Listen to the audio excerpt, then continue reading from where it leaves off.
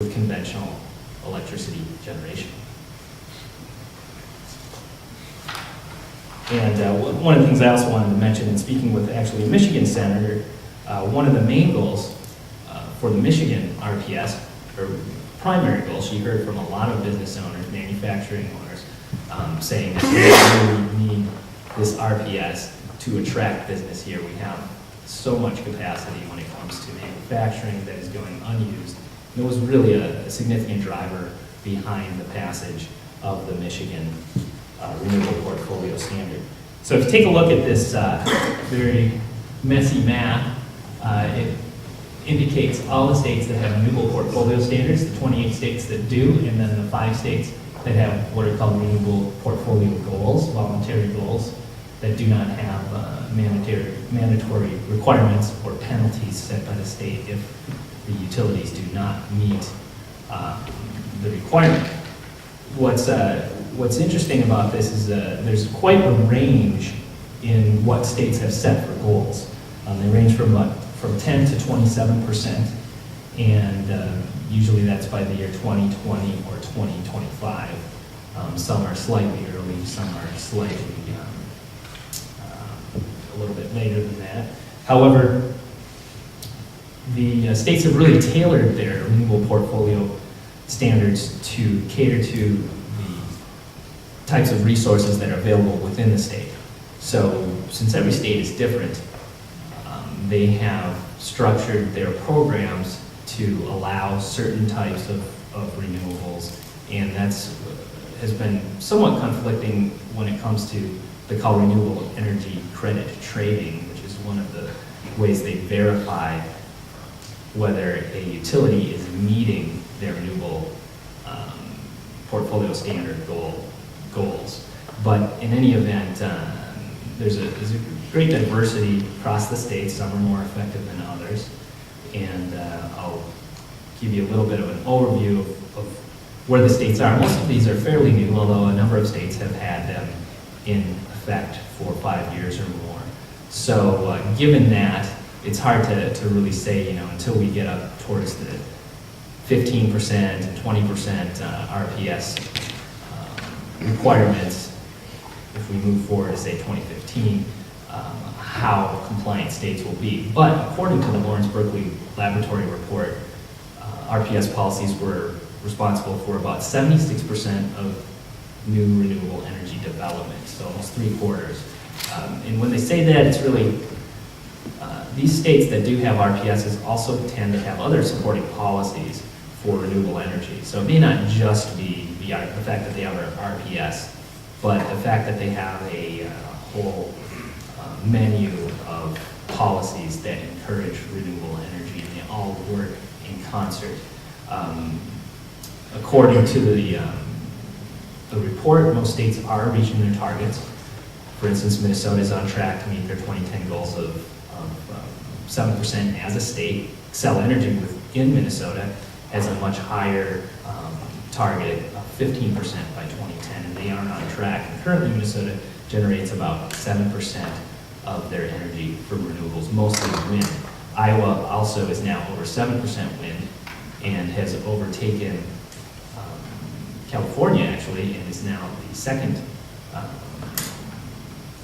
largest producer of wind power in the nation.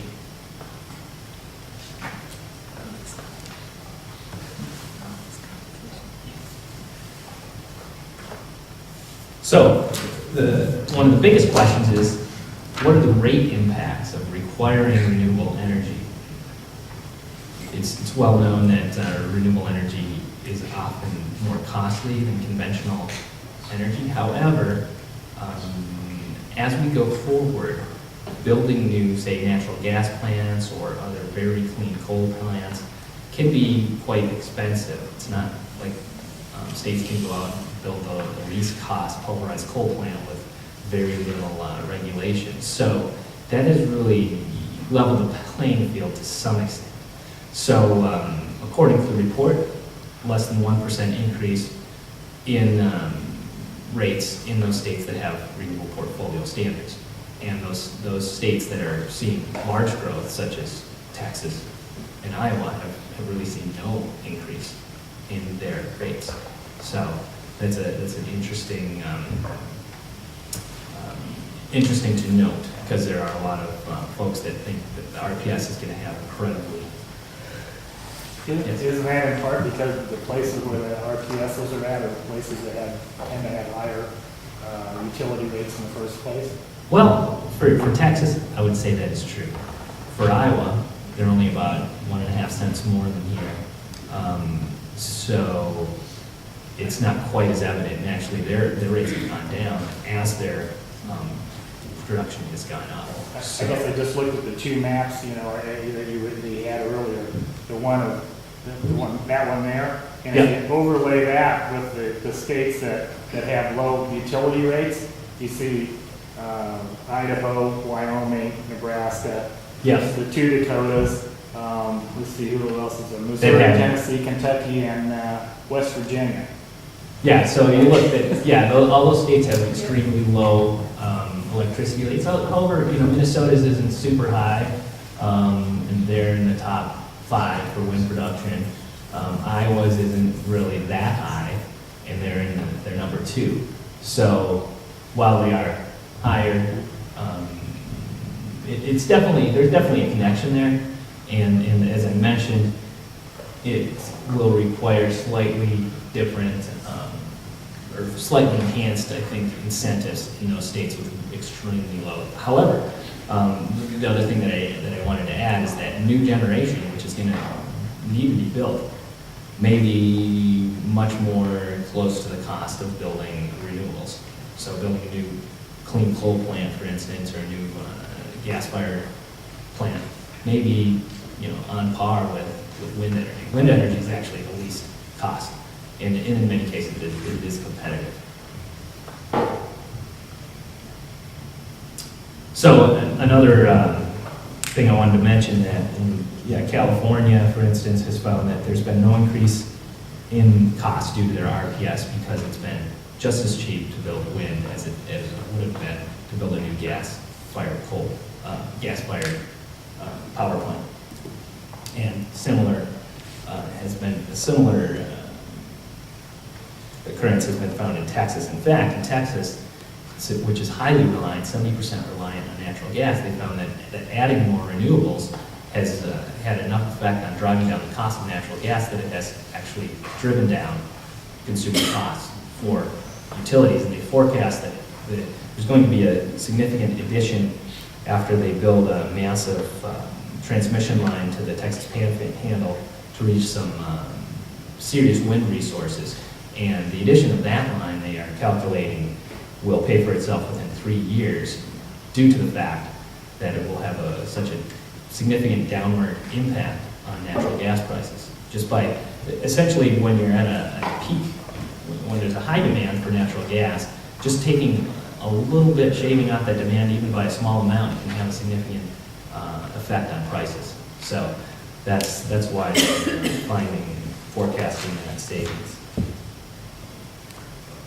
So some of the components of a successful RPS, there's setting the goals, I think, is critical, and goals may be for, say, increased reliability, energy diversity, to meet demand growth, to meet various other air quality goals, or to meet climate goals. And I think states that have been successful have really looked at what is their goal first, and then developed their policy around their goal.